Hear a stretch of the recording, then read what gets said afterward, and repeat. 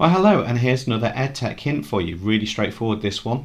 There are some subjects that probably lend themselves slightly better to this than others. It's kind of like a Pictionary online that you can do with pupils in a really easy way. And it's called Drawasaurus.org.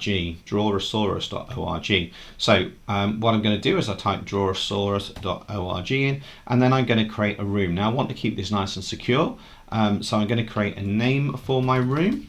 And then I'm going to make my room private. So here under room type, I make private. That locks it to my pupils. I need to create a password which I'm going to share with them, and I can type in as many pupils' names as I wish.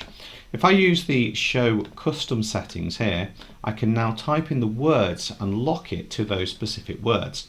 So for example, I've done a lesson recently on Christian symbols.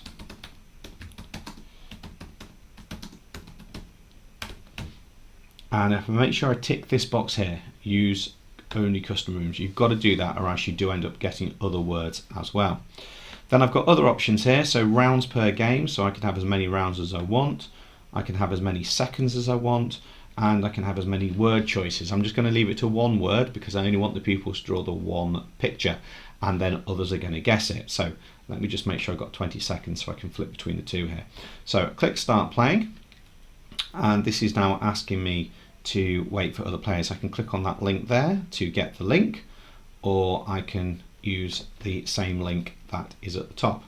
So if I go to pupil view, there we go. It'll ask me for a password. It won't ask me for my name because I've already used this previously. I can say I'm ready. I need to say I'm ready as well as the teacher view, and there's my first word I need to draw. So I'm going to click on that. I'm going to draw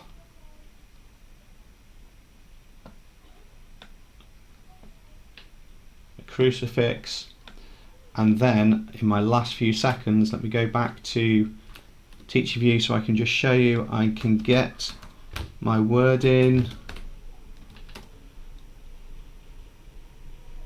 and there you see if it was correct then it would show here. Now I'm going to have another go because I was a little bit too quick on that. Right, I've got to draw a cross. Right, so there we are. So there's my cross.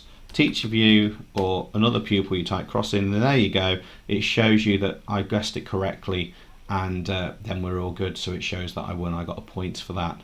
So that's Drawasaurus. It's really straightforward.